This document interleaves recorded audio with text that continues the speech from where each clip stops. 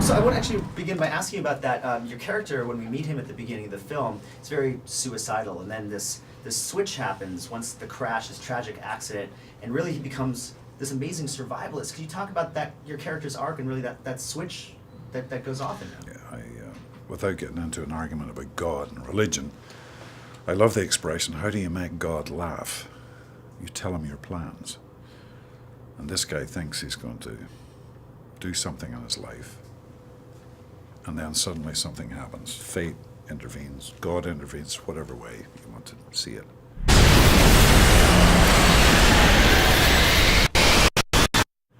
And he ends up trying to lead this group of frightened, vulnerable, flotsam and jetsam men of society out of this danger, and it's the last thing he wants to do. But he doesn't, or tries to, And it says something about the spark of dignity and humanity and the will to live and hope that we'll do anything to survive as a species, You hear stories of a kid's in trouble, a mother will literally lift a car to protect their child. Do you think that's just part of human nature?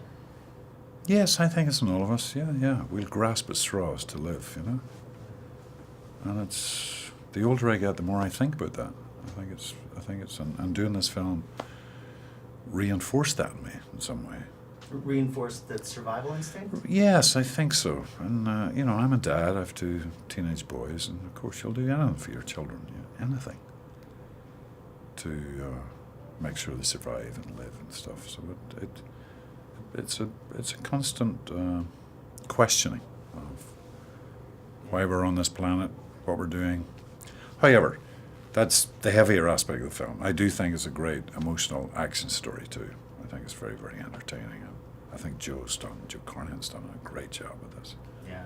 What was it that you liked about working with him on the A-Team that made you want to work with him again as a director and be a part of this project when he brought it to you?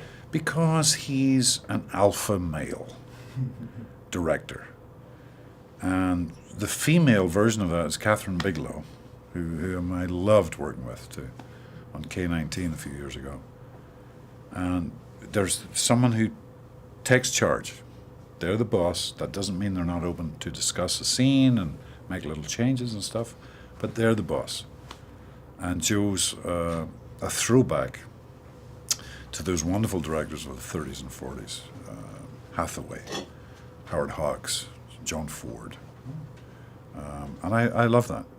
I love having a leader that I want to follow, And especially when you're out in these weather conditions, absolutely. You need someone in charge, don't you? Yeah, and you can't be at minus 40 degrees and a director saying, I wonder where I'll put my camera. Joe was, okay, this is what we're doing, this is the shot I need, boom, boom, boom, let's move to it, Yeah. Your character has his father's poem. It's sort of this mantra that he, recites throughout the film. Could you talk about the importance of that and how it really helps him survive this process, this ordeal?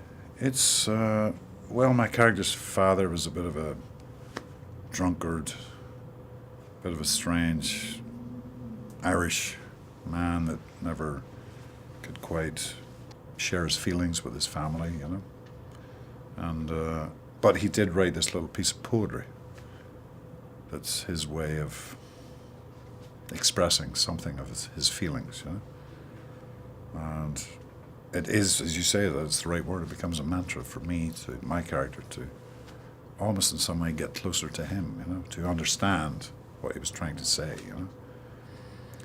And sure enough, my character ends up in this extreme situation where it is live or die in this day, or live and die in this day,